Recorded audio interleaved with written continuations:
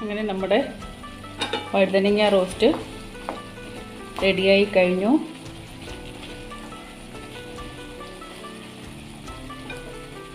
ഈ ചാനൽ കണ്ട് ഇഷ്ടപ്പെടുകയാണെങ്കിൽ ദയവായി ലൈക്ക് ചെയ്യുക, സബ്സ്ക്രൈബ് ചെയ്യുക, ഷെയർ ചെയ്യുക, ബെല്ലൈക്കൺ ക്ലിക്ക് ചെയ്യുക. വഴുതനങ്ങയുണ്ട്, ഇത് നമുക്ക് അരിഞ്ഞെടുക്കാം. 5 വഴുതനങ്ങ ചെറുതായിട്ട് അരിഞ്ഞതാണ്. ഇതിലേക്ക് 1/2 ടീസ്പൂൺ മഞ്ഞൾപ്പൊടി ചേർക്കുക. ചതച്ച മുളക് 2 ടീസ്പൂൺ. മുളക് പൊടി ചേർത്താലും മതി, ചതച്ച മുളക് തന്നെ വേണമെന്നില്ല. 1/2 ടീസ്പൂൺ കുരുമുളക് പൊടി, 1/2 ടീസ്പൂൺ മസാലപ്പൊടി. മസാലപ്പൊടി ചേർക്കണമെന്ന് ഇല്ല, മസാലപ്പൊടിയുടെ രുചി ഇഷ്ടമില്ലാത്തവർ അത് ചേർക്കണ്ട. ഇനി ഇതിനാവശ്യമായ ഉപ്പിട്ട് കൊടുക്കുക. ഇതൊന്ന് നല്ലപോലെ മിക്സ് ചെയ്ത് വെക്കുക.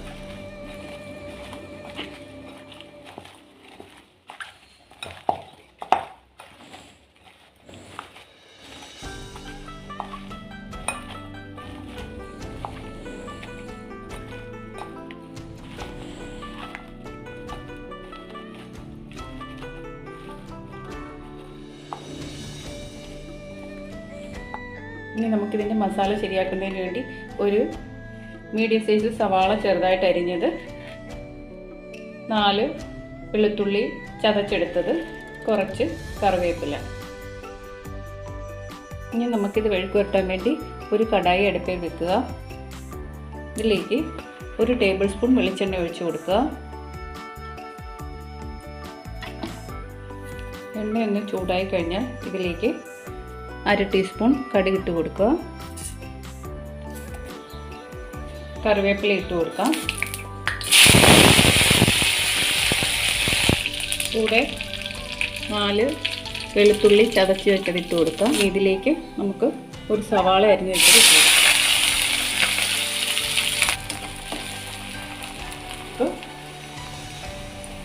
പുരട്ടി വെച്ചിരിക്കുന്ന വഴുതനങ്ങ ഇതിലേക്ക് ഇട്ട് കൊടുക്കാം.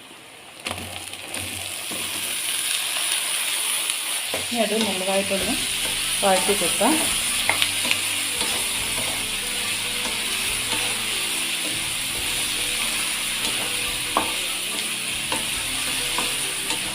ഒരു 2 മിനിറ്റ് അടച്ചു വെച്ച് വേവിക്കാം.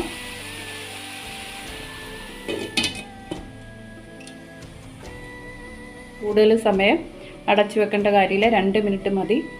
കൂടുതൽ സമയമായി അതങ്ങ് വഴന്നു പോകും. അത് കാരണം 2 മിനിറ്റ് കഴിയുമ്പോൾ നമുക്ക് അത് തിരിച്ചെടുക്കാം. അങ്ങനെ നമ്മുടെ വഴുതനങ്ങ മെഴുക്ക് പുരട്ടി 2 മിനിറ്റ് കഴിഞ്ഞു. ചൂടൊന്ന് തുറന്ന് വെച്ച് നമുക്ക് റോസ്റ്റ് ചെയ്യാം. അങ്ങനെ നമ്മുടെ വഴുതനങ്ങ റോസ്റ്റ് റെഡിയായി കഴിഞ്ഞു. ഈ ചാനൽ കണ്ട് ഇഷ്ടപ്പെടുകയാണെങ്കിൽ ദയവായി ലൈക്ക് ചെയ്യുക, സബ്സ്ക്രൈബ് ചെയ്യുക, ഷെയർ ചെയ്യുക, ബെല്ലൈക്കൺ ക്ലിക്ക് ചെയ്യുക.